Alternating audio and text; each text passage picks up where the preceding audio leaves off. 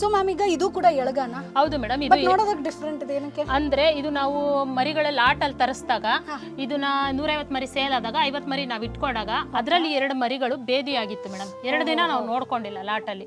ಅದಾದಾಗ ಮರಿಗಳು ತುಂಬಾ ವೀಕ್ ಆಗಿ ಹೋಗ್ಬಿಡ್ತು. ಅದು ವೀಕ್ ಆಗಿ ನಾವು ಹೆಂಗೋ ರಿಕವರ್ ಮಾಡಿದ್ವಿ, ಬಟ್ ಗ್ರೋತಿಂಗ್ ಮಾತ್ರ ಖಂಡಿತ ಬರ್ತಾ ಇಲ್ಲ. ಅದೇ ಕಾರಣಕ್ಕೆ ಯಾವ್ದೇ ಕಾರಣಕ್ಕೂ ಒಂದು ಸಲ ಜ್ವರ ಆಗ್ಲಿ, ಬೇದಿ ಆಗ್ಲಿ, ನೆಗಡಿ ಆಗ್ಲಿ, ಕೆಮ್ಮಾಗ್ಲಿ ಏನೇ ಬಂದ್ರು ಒಂದೇ ದಿನದಲ್ಲೇ ಟ್ರೀಟ್ಮೆಂಟ್ ಮಾಡ್ಬೇಕು. 2 ದಿನ 3 ದಿನ ಹೋಯ್ತು ಅಂದ್ರೆ ಮರಿಗಳು ಈ ತರ ಆಗುತ್ತೆ ನೋಡಿ. ನೀವು ಏನೀಗ ಬೇರೆ ಟ್ರೀಟ್ಮೆಂಟ್ ಏನ್ ಕೊಡ್ತಾ ಅಂದ್ರೆ ಇದಕ್ಕೆ ಸ್ವಲ್ಪ ಪ್ರೋಟೀನ್ಸ್, ಮಿನರಲ್ಸ್ ಈ ತರ ಕೊಡ್ತಾ ಇದೀವಿ. ಬಟ್ ಏನೇ ಕೊಟ್ರು ಸ್ವಲ್ಪ ಡೆವಲಪ್ ಆಗ್ತಿದೆ, ಬಟ್ ಆ ಲೆವೆಲ್ ಬರ್ತಾ ಇಲ್ಲ. ಅದರಿಂದ ನಾನು ಹೇಳ್ತಾ ಇರೋದೇನಂದ್ರೆ ಕಾಯಿಲೆ ಬಂದಾಗ ಆಸ್ ಯೂಶುವಲ್ 1 ದಿನಕ್ಕೆ ನೋಡ್ಕೊಳ್ಳಿ. 1 ದಿನ ಬಿಟ್ಟು ನೀವು 2ನೇ ದಿನ 3ನೇ ದಿನ ನೋಡ್ಕೊಂಡ್ರೆ ಖಂಡಿತ ಮರಿಗಳು ಈ ತರ ಆಗುತ್ತೆ. ಈಗ ಹಿಂಗೆ ಆಗಿದೆ. ಹೌದು ಮೇಡಮ್. ಓಕೆ. ಸೊ ಮ್ಯಾಮ್ ಜೇನುತುಪ್ಪ ಏನಕ್ಕೆ ಕೊಡ್ತಾರೆ ಮೇಡಮ್? ಜೇನುತುಪ್ಪ ಕೊಡೋದು ಕ್ಯಾಲ್ಸಿಯಂ ಜಾಸ್ತಿ ಆಗೋದಕ್ಕೆ. ಓಕೆ. ಸೊ ಈ ಜ್ವರ ಬಂದಾಗೆಲ್ಲ ಕೊಡ್ಬೋದಾ? ಇಲ್ಲ ಮೇಡಮ್, ಜ್ವರ ಬಂದಾಗ ಜೇನುತುಪ್ಪ ಕೊಡಬೇಡಿ.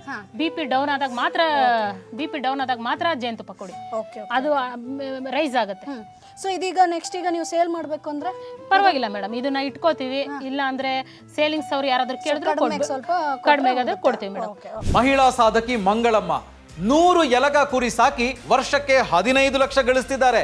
ನೀವು ಕೂಡ ಇವರಿಂದ ಕುರಿ ಸಾಕಣೆ ಕಲ್ತ್ಕೋಬೇಕಾ? ಈಗಲೇ ಫ್ರೀಡಮ್ ಆಪ್ ಡೌನ್ಲೋಡ್ ಮಾಡಿ.